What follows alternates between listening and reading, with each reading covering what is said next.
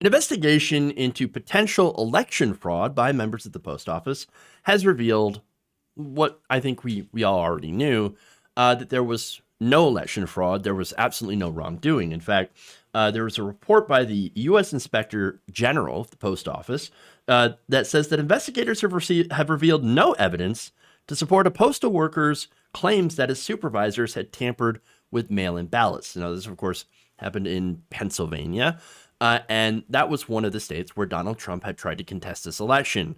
And it's also one of the states, one of the situations where right-wing group Project Veritas tried to jump in and claim that they had footage of, we got people that are trying to rig the election against Donald Trump and trying to,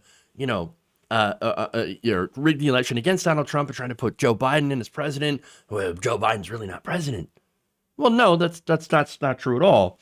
In fact, the person that they Project Veritas actually used was Richard Hopkins, who was a mail carrier in Erie, Pennsylvania.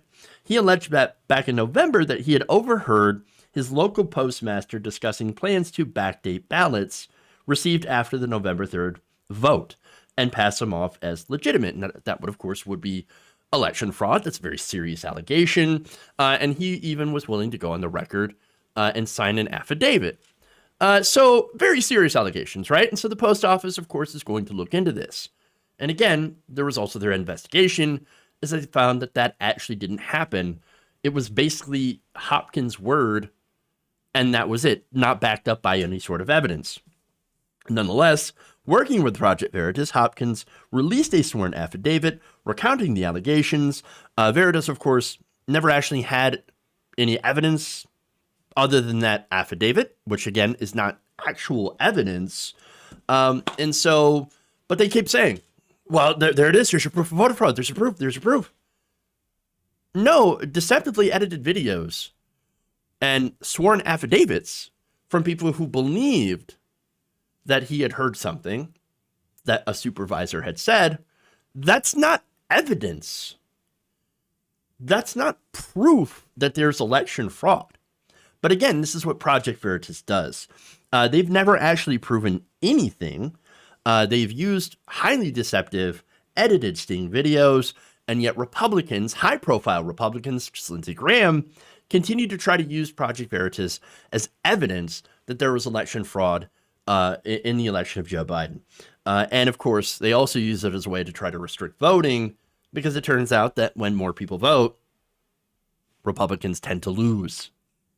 So now one of those Republicans, as I said, Lindsey Graham, cited Hopkins' claim in a letter to the Justice Department back in November, calling for a federal investigation into the election results in Pennsylvania. Graham and scores of other congressional Republicans refused to accept the outcome of the election for weeks, even after states audited and certified the election results, citing, of course, we got irregularities. We got people that, like Hopkins, that said that they saw things and they're missing ballots and they're under the table and there's suitcases and all these videos that could have been just about anything. Don't necessarily prove election fraud, but they continue pushing this conspiracy, pushing the big lie.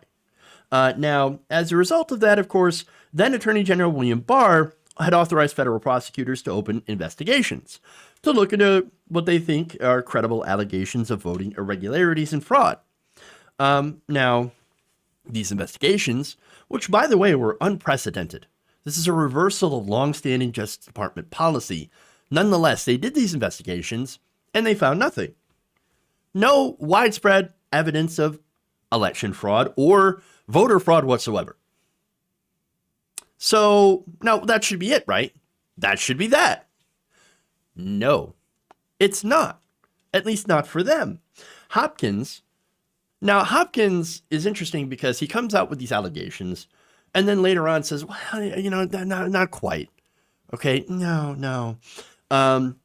See, from this article, it said officials from the Postal Service Office of Inspector General had told members of Congress on November 10th, and the new investigation confirmed that Hopkins had partially recanted his claims.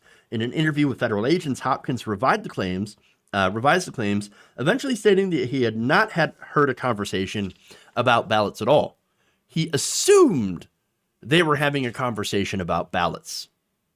Well, now that, of course, is way, way different than the allegation of, hey, look, I overheard them talking about ballots. It's already pretty a dubious claim anyway. But then later on said, well, I didn't actually hear, but I imagined that they had this conversation. Well, why would you imagine that unless you're some sort of conspiracy theorist? I mean, that's basically it.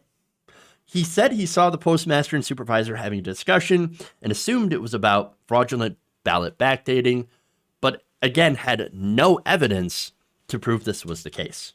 Hopkins acknowledged that he had no evidence of any backdated presidential ballots and could not recall any specific words said by the postmaster or supervisor, according to the report, which was published by the Inspector General's office in late February, posted Monday to the blog 21st Century Postal Worker.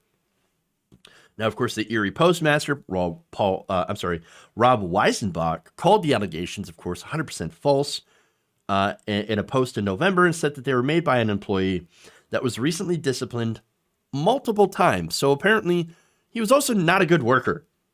The Erie post office did not backdate any ballots, Weisenbach wrote.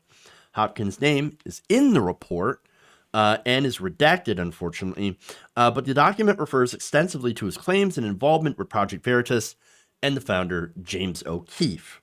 In a statement through Project Veritas, Hopkins called the investigative report, quote, vague and deceptive, and said it underscores the importance of recording conversations. I wish I hadn't stopped recording. So, all right, look, the only people here that are vague and deceptive are Hopkins and Project Veritas, which again, every time Project Veritas comes out with a sting video, it is immediately debunked as, again, either being deceptively edited or just completely false. That's what Project Veritas does. It has been proven that's what they do. And so nobody should believe anything that comes out of that scam group, because that's all it is. But here's the thing, right? This man is caught in a lie, and now, of course, he can't back out of it. Now, the article continues by saying that the Inspector General agents had visited Erie County Courthouse to interview election officials and to review ballots processed at the local post office.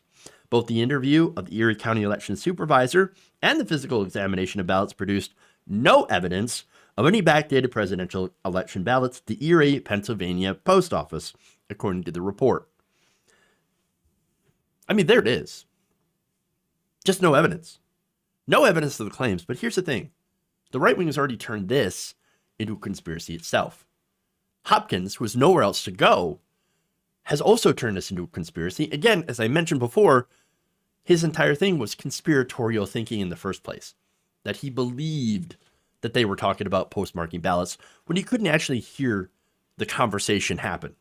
Hopkins and Project Veritas assert that the agents had pressured the postal worker into backtracking. O'Keefe, in a statement, recently said agents coerced and twisted Hopkins to water down the allegations. But here's the thing. They released audio that he had recorded, Hopkins had. And they said, well, there's your smoking gun. Except that nowhere in the audio is there any evidence of any actual pressure. Federal agents repeatedly remind Hopkins that his cooperation in this investigation was voluntary, and Hopkins agreed to sign the document stating that he was not coerced. Hopkins also repeatedly expressed regret for signing the initial affidavit because it overstated what he knew and had witnessed, according to the recording. He told agents the affidavit was written by Project Veritas. In an emailed statement to the Post in November, a spokesman for the group said that the affidavit was drafted with Mr. Hopkins' input and requested revisions. They're all such disingenuous liars. Hopkins, Keefe, Veritas, Lindsey Graham, the right wing. They're totally bad faith when it comes to this. Yeah, here's the thing. I'm actually totally fine with investigations. I want secure elections. We all do too. I want to find fraud if it exists. Now, the ironic thing is that whenever we do actually find real fraud, usually it's perpetrated by Republicans. Not always, but in most cases that we found, it's Republicans. And again, in the cases of, other cases that are like Trump supporters trying to vote, twice for Trump, which are documented, You have people that have accidentally voted twice. And they didn't realize that, you know, that they had done so, or they had filled out something wrong and went through the process incorrectly.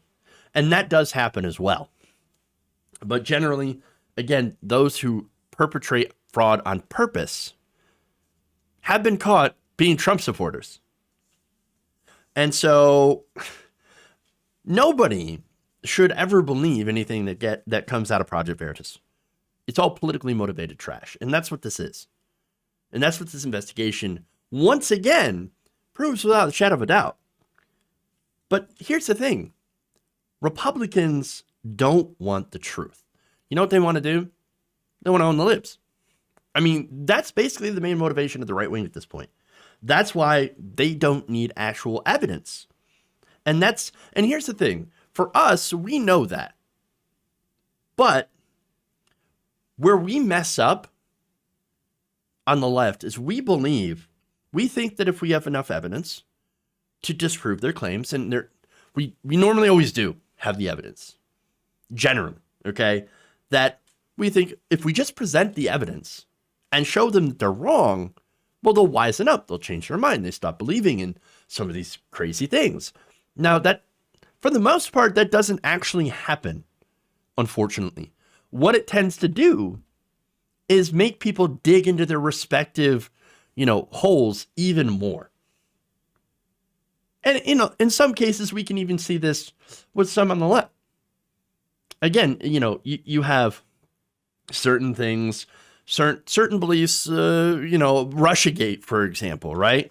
Now, let me be clear with that. I do believe that Donald Trump has financial ties with the Russian government, of course. And because they've received a lot of loans, and he knows a lot of Russian oligarchs and his friends with them. And I believe that he might have been involved with certain financial things, money laundering. Do I believe that Putin owns him lock, stock, and barrel, or that he has or that there's some weird P-tape flowing around? No. I don't believe that, because I don't really see evidence of that. There's a lot of stuff in the dossier that didn't come true, and then there's a lot of stuff in the dossier that was proven to be true. And so some of the most outrageous claims I don't necessarily believe in. Again, I would have to see much more evidence of that. But I do know that Trump, he's not owned by anybody, because Donald Trump is basically owned by his own greed.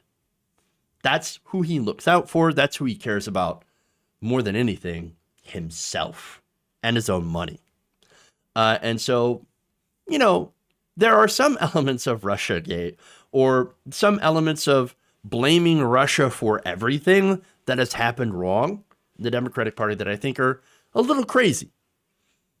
But I don't think that's anywhere comparable right now to the level of delusion that the Republicans are in at this very moment. And so they are deep into the conspiracy hole. And they need to get out. And I don't know if they can. And that's sort of my point, right? So they'll never admit that they're wrong. QAnon's a great example. Now, you got some people that have actually broken out of the QAnon and realized, oh my God, I just got sucked into some weird cult. I believe some crazy things and I lost family over it. And it's good when people break out of that. And I encourage people, I think it's a wonderful thing when people change their minds as a result of seeing factual information. I'm just saying that it seems to be pretty rare. And that is a problem. And so for many on the right, it's not the facts. It's not about facts. It's about what makes them feel good. It's a cult of disinformation that is essentially confirmation bias. I mean, and if you dare spout facts, even if you're conservative, right? If you're like, oh, no, I don't believe in this QAnon stuff. It's crazy, right? I may not agree with Joe Biden and his policies, but, I don't think he's drinking adrenochrome or whatever. Well, then suddenly you're part of the deep state. And so, you're part of the deep state, you're part of the liberal agenda, and therefore, you're not one of us. And that's the problem here that I see a lot on the right wing. It's a big problem. And this kind of thinking is very, very difficult to get out of, to break free of, especially when there's money to be made by bad actors like James O'Keefe. You think James O'Keefe believes anything that he does? No, he's in it for the money. He's always in it for the money. And that's the thing. And my point is that, of course, they didn't find election fraud. Of course, they didn't find widespread voter fraud. Of course, that there's so many different studies and investigations that continue to back this up. And none of it's going to do any good. Why? Because some 40% of Republicans, it's probably a higher number, still are going to believe that Joe Biden stole the election. And that's it. So, I mean, that's not going to stop the conspiracy theories. That's not going to change anyone's mind who thinks that the election is stolen. Again, the significant chunk of the Republican Party. And that tells me what we need to do is just, well, not really ignore these people, but we need to stop trying to, the Democratic Party needs to stop trying to court people. All right? We need to make the country better. Better education, better health care, things like that. Better access to mental health care. And try to make it better without appealing to them. Because it ain't going to work.